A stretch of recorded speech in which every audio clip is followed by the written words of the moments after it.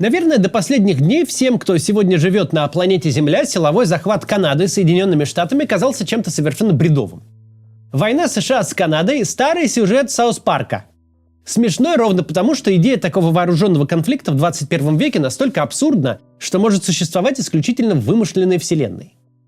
Фактическое отсутствие границы между двумя государствами всегда приводилось в пример того, как должны быть устроены идеальные межгосударственные отношения. А уж спор о том, чья Гренландия, тем более спор вооруженный, казался плодом фантазии самого мрачного свойства. Так было до тех пор, пока Дональд Трамп не сказал, что намерен аннексировать Гренландию силовым путем, а Канаду – экономическим. Так откуда, собственно, взялись такие представления и идеи? На чем основываются такие анонсы и к чему ведут? Это на самом деле не такой простой вопрос, как может показаться. И ответ на него состоит из двух частей – исторической и политической.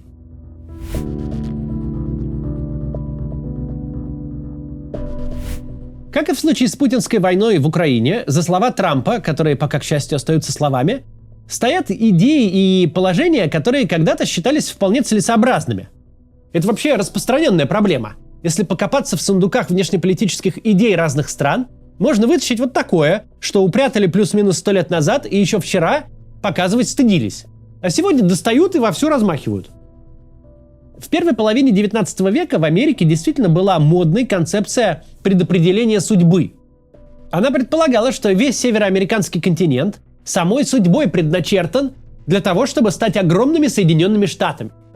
То есть свободные федерации, управляемые по законам, продиктованным небесами и здравым смыслом. Законам, позволяющим свободному гражданину наилучшим образом распорядиться собственной судьбой и выполнять свое предназначение, так как это виделось отцам-основателям.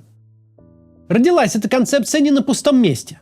В XIX веке США действительно быстро расширяли свою территорию, причем в большинстве случаев совершенно мирно, покупая громадные территории вроде Луизианы или Флориды у владельцев колоний, то есть Англии, Франции или Испании, которые особо не представляли, что делать с этими далекими землями. Независимо от нас и по причинам, к которым мы не имеем никакого отношения, Испания имеет в дальнейшем, можно ожидать, будет иметь сильнейшие мотивы обменять свои владения у нашего берега на ценность, которая может быть использована дома. Сторонникам предопределения судьбы тогда казалось, что постепенно вся Северная Америка, включая нынешнюю Канаду, станет частью США. Я ненавижу войну, но я не могу избежать убеждения, что страсть народа к территориальным расширениям является неодолимой. Нашему населению предназначено катить свои непреодолимые волны вплоть до ледяных границ севера и до встречи с восточной цивилизацией на берегах Тихого океана. Именно Уильям Сьюарт, кстати, заключил соглашение о покупке у Российской империи Аляски, территории, к которой Россия заметно потеряла интерес после того, как промысловая российско-американская компания перебила стада морских выдр, каланов и морских котиков. Ведь под добычу мехов русская колония на Аляске и создавалась. Примерно так, постепенно и по возможности мирно, экспансионисты в Соединенных Штатах и представляли процесс расширения своей страны. Хотя мирно получалось отнюдь не всегда. Экспансия привела к стычкам с коренными жителями Северной Америки и большой войне с Мексикой в 1846-48 годах. Одержав победу, США смогли присоединить к себе примерно половину тогдашней Мексики, огромную территорию, включающую в себя Калифорнию, Нью-Мексико, Аризону и несколько других штатов. Плюс американцы отстояли аннексированный перед войной Техас, а вскоре после войны США в дополнение к завоеванному еще и докупили у Мексики 120 тысяч квадратных километров земель. Сьюарт в свое время мечтал о небывалых по территории Соединенных Штатах, охватывающих весь континент, помимо Канады, включающих еще и Мексику. А еще собирался перенести столицу в Мехико. Ведь Мехико в первой половине 19 века был более благоустроенным городом, чем Вашингтон, который представлял собой одну сплошную стройку. Этот сюжет лишний раз доказывает, что мечтания могут завести довольно далеко, но важно вовремя остановиться, получив государственную должность. Не все из них надо обязательно реализовывать. Впрочем, Сьюарт таки приложил немало усилий, чтобы притворить в жизнь некоторые задумки. После покупки Аляски он даже рассматривал возможность такой же сделки по Британской Колумбии, нынешней территории Канады на Тихоокеанском побережье. Тогда это была отдельная малозаселенная английская колония, которая оказалась зажата в клещи после того, как США купила Аляску. Но договориться не получилось. К тому же покупка у России Аляски казалась многим конгрессменам настолько бессмысленным вложением денег, что акции Сьюарда пошли вниз. О новых покупках пустой земли и заикаться не стоило. Тем не менее, покупку Гренландии Сьюард предложил, чтобы окончательно окружить Канаду и чтобы США получили контроль над морскими путями Северной Атлантики. Но дело тогда ничем не закончилось. Вновь к этой идее вернулись уже в 20 веке, когда Соединенные Штаты выкупили у Дании ее колонию – Виргинские острова в Карибском море. Для Дании острова были обузой. Она давно хотела от них избавиться. Тогда США предложили: раз такое дело, давайте заодно утрясем и вопрос с Гренландией. Но Дания интереса продавать Гренландию не проявила, а Штаты не стали настаивать. Актуальным этот вопрос не был. Дальше поговорим об отношениях США с Канадой, а пока небольшая реклама. Уже третье столетие люди переезжают в Соединенные Штаты в поисках лучшей жизни. В конце 18 века это были французы, бегущие от Великой революции. В середине 19-го, во времена золотых лихорадок, приезжали старатели. Теперь же в США едут специалисты из самых разных областей. Очень много сейчас всяких иммиграционных программ, и вполне вероятно, что какая-то из них подойдет и вам. Оценить ваши шансы на переезд могут эксперты компании «Мигратор», причем на бесплатной консультации. Это единственная компания на российском рынке, которая гарантирует: вам одобрят петицию на американскую визу или вернут деньги в полном объеме. Это условие будет прописано в вашем договоре. С компанией «Мигратор» работают только лицензированные адвокаты со средним опытом работы от 15 лет. Среди них немало русскоязычных, что будет большим плюсом. Так не возникнет недопонимания при обсуждении разных бюрократических тонкостей. А если окажется, что у вас нет шансов визу получить, вам так и скажут, причем до заключения договора. Компания имеет более 2000 довольных клиентов и средний процент одобрения кейсов 95%. Создал компанию «Мигратор» предприниматель Алексей Пудов. Из-за ошибки иммиграционного адвоката он сам при подготовке визы в США потерял жену и не виделся с ней больше года. После этой ситуации он и основал собственную компанию, где ключевыми принципами являются честность и гарантия результата в договоре. По какой программе вы бы не хотели переехать? По визе талантов, если вы маркетолог, фотограф или, например, блогер. По рабочей визе или визе предпринимателя. Вам так или иначе понадобится помощь иммиграционного адвоката. В США попасть не так сложно, как многие думают. Записаться на бесплатную консультацию вы можете по ссылке в описании. Узнайте, какие у вас шансы на получение визы в США, эмигрируйте без проблем и с комфортом. Отношения с Канадой у Штатов не всегда были прям-таки идеальными, но все же планы откусить у соседа какой-то кусок или захватить его целиком оставались планами. Во время гражданской войны некоторые горячие головы предлагали вторгнуться в Канаду и захватить ее, потому что Британия, которой принадлежала Канада, поддерживала южан. Но вверх одержал здравый смысл. Затевать новую войну одновременно с гражданской или сразу после нее совершенно не хотелось. Да и воевать с Англией и ее флотом было рискованно. В общем, идея так и осталась идеей. Так вопросы между США и Канадой решались долго, но мирно. Некоторые исключения носили комический характер. Если смотреть на них из сегодняшнего дня, конечно, и знать, чем дело закончилось. Например, так называемая «война из-за свиньи». К середине 19 века США и Британия уже определили границы владений у Тихоокеанского побережья. Однако некоторые островные территории еще не покрасили в цвета соответствующих флагов. Такой спорной землей был архипелаг Сан-Хуан, сейчас-то часть штата Вашингтон, недалеко от Сиэтла. Там свободно размещались американские и канадские поселенцы, которые жили себе в ожидании, пока правительство решат вопрос. Но все изменилось в июне 1859 года. Американский фермер Лайман Катлер увидел, что на его картофельной грядке роется какая-то чужая свинья. Происходило это не в первый раз. Так что потерявший терпение фермер достал ружье и застрелил свинью, которая, как выяснилось, принадлежала Чарльзу Гриффину, служащему британской Hudson Bay компании. Предприятие это фактически управляло территорией нынешней Западной Канады и держало на острове овечий выпас, ну и свиней. Катлер хотел уладить житейский инцидент полюбовно и предложил владельцу свиньи $10 компенсации. Однако тот заявил, что может выпасать своих свиней где угодно, А американские фермеры тут вообще находятся непонятно на каком основании и заломил за павшую свинью невиданные $100, примерно 3400 в нынешних деньгах. С чем Катлер его закономерно, конечно, послал. Местные британские власти пригрозили наглому американцу арестом. Американские поселенцы обратились к американским властям. Защитите, мол, нашу свободу на свободной земле, на которую покушается английская корона. Вскоре к острову начали прибывать американские и британские войска. Американцы сосредоточили на острове 500 солдат и 14 пушек. Тем временем воды архипелага патрулировали корабли флота Ее Величества. Впрочем, когда губернатор Ванкувера предложил произвести высадку и вытеснить американцев, командующий эскадрой, мудрый адмирал Бэйнс, отказался выполнять распоряжение и ввергать две великие нации в войну из-за дрязги о свинье. Так прямо и сказал. Так война и отменилась, не успев начаться. А Великобритания и США вполне мирно договорились, кому в итоге отойдут острова. Сейчас то, что осталось от лагерей, показывают туристам как память об историческом курьезе.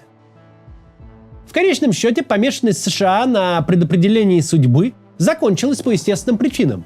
Они почувствовали себя не особой страной в западном полушарии, но мировой державой. Державой, которая не хочет отпихивать европейских соседей и колоний за океан, а наоборот, заниматься судьбами мира и Европы, как это и происходило, начиная с Первой мировой. Такое самоназначение нового статуса и курса, среди прочего, означало хорошие отношения с Великобританией, доминионом которой была Канада. И северный сосед перестал восприниматься как проблема и вызов. С Гренландией было чуть иначе. В 1946 году Штаты вновь пытались провести сделку по покупке острова. Но тут другая история. Во время Второй мировой, когда гитлеровцы заняли Данию, США, опасаясь возможного использования Гренландии немецким флотом и авиацией, фактически оккупировали остров. По факту она стала американской землей. Жители привыкли к американским товарам, получали работу на американских базах, и после войны Штаты предложили оставить все как есть, раз уж так сложилось. Дания предложение отвергла, но благоразумно не стала возражать против размещения на острове американских баз. По большому счету, это все, что США и было нужно. Штаты совершенно не собирались давить на больные мозоли Дании после Второй мировой и откусывать территории, когда решили вопрос безопасности, а все остальное могли просто купить. И вроде всех все устраивало. До сих пор.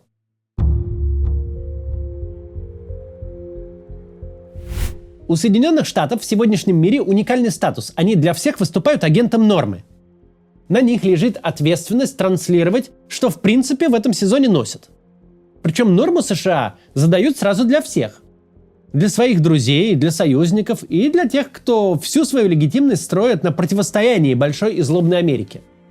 Железная закономерность состоит в том, что чем больше какой-то режим антагонистичен Америке, тем чаще он будет на эту самую Америку ссылаться при каждом своем действии. Жаловаться на гегемонию США, мечтать о многополярном мире и через слово повторять «а вот в Америке» — это привычный стиль плюс-минус всех малоприятных режимов, включая наш. Весь мир смотрит американские фильмы, слушает американскую музыку, пользуется американскими товарами и сервисами, свои товары и сервисы производят с оглядкой на США.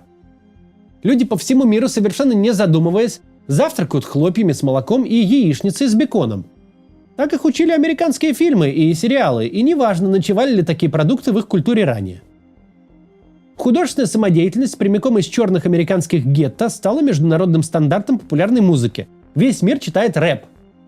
Обеспеченные жители мегаполисов покупают себе пикапы, хотя они ни разу не американские фермеры, и курей на продажу им не возить. Весь мир не только смотрит голливудские фильмы, но изо всех сил старается снимать, как в Голливуде. Когда смотришь любое большое европейское, российское, австралийское кино, сразу заметно, откуда ноги растут. На чей пример поглядывают, делая спецэффекты, на кого ориентируются в операторской работе, под кого пишут сюжет и диалоги. Предприятие общепита может быть исключительно российским, может торговать блинами или печеной картошкой, но выглядеть оно будет как Макдональдс. Приветствовать гостей и принимать заказы там будут, как в Макдональдсе. То же касается политических институтов и практик.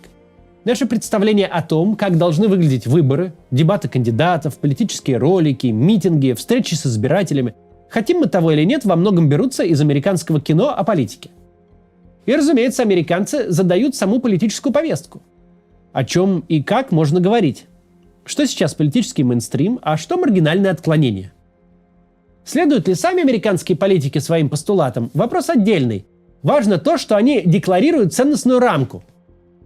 Если американцы несколько десятилетий настойчиво говорят, никого нельзя дискриминировать, нужно создавать максимально инклюзивную среду для каждого, вне зависимости от пола, цвета кожи, религии и сексуальной ориентации, то считаться с этим приходится всем на свете. Даже те, кто принимает какой-нибудь дискриминационный закон по типу пропаганды ЛГБТ в России, вынуждены оправдываться. Да вы что, никакая это не дискриминация, а всего-то борьба с пропагандой и только среди несовершеннолетних. Если американцы говорят, нехорошо быть гомофобом, сексистом, расистом, антисемитом, то даже те, кто такими фактически являются, вынуждены держать в голове, что это ненормально и публично свои действия оправдывать. Если американцы говорят о свободе слова, о том, как важны независимые СМИ, то даже в самых стрёмных режимах, при самых свирепых над этими СМИ расправах, подыскиваются какие-то формальные поводы. Экономические, уголовные, этические. Нельзя просто взять и сказать, так, у нас тут диктатура, мы так решили и всех закрыли. Потому что фу такими быть. Фу быть такой демонстративной и топорной диктатурой. Если уж совсем невозможно быть как Америка, то надо хотя бы минимальное сходство имитировать. Выборы, СМИ, конкуренция – такова мировая норма. Потому что если у тебя ничего подобного нет, ты хотя бы объявляешь, что есть, но по-своему. У нас все как в Америке, но суверенно, на свой лад. То же касается и войны. Российский режим находится в настолько неудобном положении, когда распинается относительно целей полномасштабного вторжения, отчасти именно по этой причине. Ведь нельзя просто взять и сказать, мы хотим отжать кусок чужой территории, захватить соседнее государство. А что такого? А такого сейчас не носят. Территориальные захваты не могут быть оправданием войны в 21 веке, и все это понимают. Вот российское начальство и несет всякую разноцветную околесицу. Денацификация, демилитаризация, борьба с расширением НАТО и биолабораториями. Всю эту херню приходится городить ровно потому, что современная война не может декларироваться как захватническая.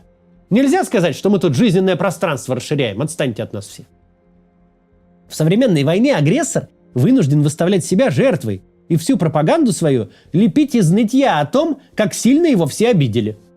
Насколько бы контринтуитивно это ни звучало, но применение силы сегодня возможно только из позиции слабости. Такой формат естественным образом затрудняет развязывание агрессивных войн. Чтобы хоть как-то продать их внутри или вовне, нужно провести значительную подготовку, создать такую идеологическую рамку, где тебя вынудили, не оставили выбора, шансов, где ты жертва, а не агрессор. Норма такая сложилась не просто так. Она наше наследие от 2 мировых войн, когда человечество так успешно довосстанавливалось исторических справедливостей, так дорасширялось жизненного пространства, порешало окончательно такое количество вопросов, что поставило себя как вид под угрозу исчезновения. Выжившие сказали, мы такой херней больше заниматься не будем, все. Она нам слишком дорого обходится. Воевать, гадить друг другу – это сколько угодно. Но никаких передвижений государственных границ танками. И США, вне всяких сомнений, главный агент этой нормы, просто по праву самой могущественной державы на планете. Мы понятия не имеем, чего Трамп собирался добиться этими своими разговорами и собирался ли чего-то добиться вообще. Но мы совершенно точно будем иметь дело с новой реальностью, им созданной. Трамп не абы кто, он избранный президент Соединенных Штатов. И мы будем иметь дело с тем, что, оказывается, теперь можно сказать, я хочу кусок чужого государства или чужое государство целиком. Просто потому, что я большой и сильный, а они маленькие и слабые. Потому что им нечем ответить. Мы не будем тут обсуждать совсем уж катастрофические сценарии, при которых Трамп свои слова попытается реализовать на практике. Все-таки пока не время к этому переходить. Трамп, как мы помним, уже с Мексикой стену в прошлом сроке построил, а Мексика за нее заплатила. Уже и войну России с Украиной закончил за 24 часа после избрания. Его слова совсем не всегда превращаются в намерения, а намерения непременно столкнутся с огромной машиной американского государства, которая, в отличие от нашей, не так уж просто побудить к самоубийственным шагам. Американская система много раз демонстрировала свою устойчивость. Показывала, что даже если у нее внутри рождается какой-то вопиющий идиотизм, то есть развитый иммунитет, способный это дело подавить. Опасность высказываний Трампа в том, что успешно и безболезненно для себя переболев своими глупостями, Америка при этом способна заразить тех, у кого иммунитета нет. Когда президент США открыто декларирует право сильного, когда говорит, что теперь такое носят, что теперь можно отбирать у кого угодно что угодно, если это нравится, а жертве ответить нечем, такое поведение – фантастический подарок для всех стрёмных и агрессивных режимов на планете, которые ищут способы решить свои внутренние проблемы внешней экспансией. У этих режимов, начиная с Китая и России, нет развитых институтов, нет распределения власти и конкуренции, нет иммунитета, который может подавлять такого рода болезни. Любой опасный идиотизм, исходящий от начальства таких режимов, сразу убивает весь организм. И вдруг все эти режимы, у каждого из которых найдется какая-нибудь историческая обида, какая-нибудь территория, которую хорошо бы забрать, слышат от президента Соединенных Штатов: «А вы не больные на всю голову, вы-то нормальные».